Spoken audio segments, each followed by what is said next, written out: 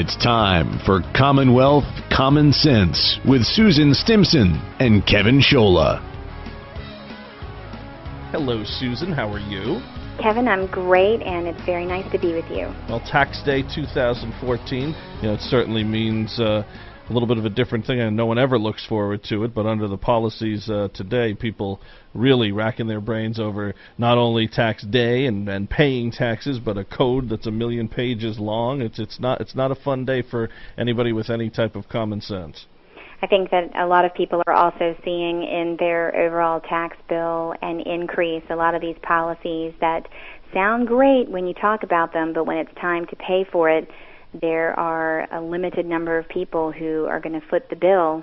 And I think that this is becoming a very painful process for Americans. I saw an article that was talking about, for tax day, America just needs more jobs and not higher taxes, and that's just not the philosophy of the current president and the Democrat Party right now that's in charge, that they do believe that it's a bigger government that can solve the problem, but that's a very static answer because obviously we're not seeing a lot of growth and we're seeing a very lackluster economy, and on top of that you have increased health care costs and taxes going up. And my overall issue with this is not just that it's the Democrats that are doing this, but for a lot of these policies to really come into play, including raising the debt ceiling and the amount of debt that is that we're assuming, it takes two to tango. And I think that the Republican Party too often, we've seen conservatism not be as successfor as it should be, and we do know that those conservative policies work. So I just think that it's not just a struggle right now, for Republicans to defeat Democrats if we want to implement conservative policies, but it's also to really rally behind some conservative candidates that are going to get in there and actually do what they say they're going to do. Yeah, the Democrats, pushing these things, and then Republicans acting as the enabler, the Republican establishment at least. A lot of dirty hands in this. Who in their right mind would think it's a good idea to have so many pages upon pages of things that most Americans, maybe Sarah Steelman can because she's an economist, but most people that I know could never wrap their self around the tax code. Why not simplify this and make it easier not only to pay, not only for you to do with your money what you see fit, but also just to understand what's going on with your taxes?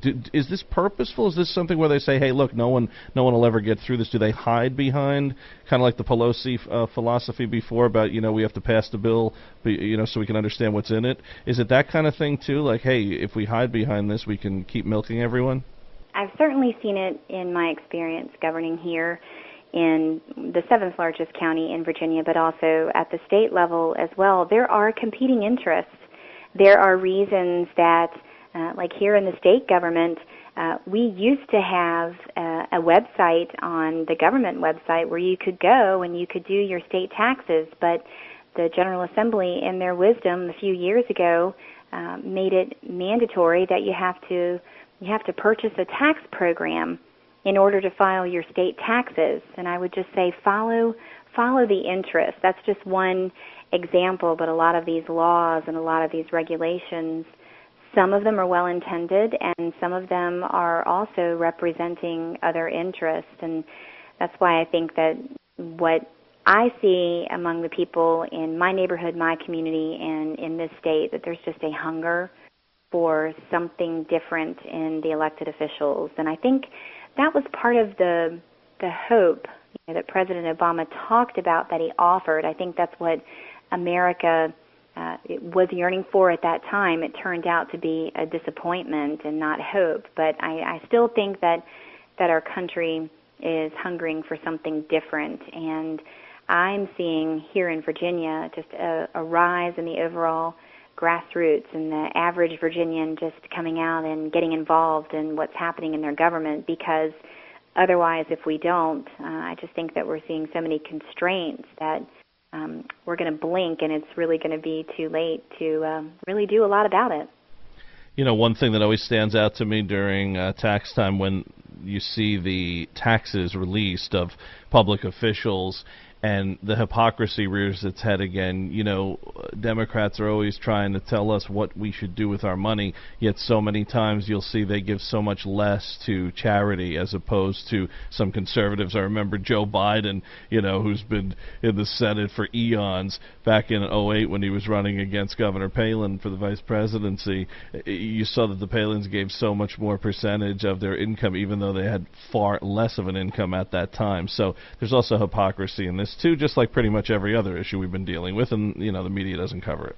I think that there's just an easier route when you're dealing with someone else's money and you're not dealing with your own. And if more of our elected officials would treat that stewardship, you know, as if it were their own families' dollars, and just have the respect for other families as they are managing, you know, their resources through the government, I think that we would see a big difference. All right. Taxed enough already. Thank you very much, Susan. Thanks, Kevin.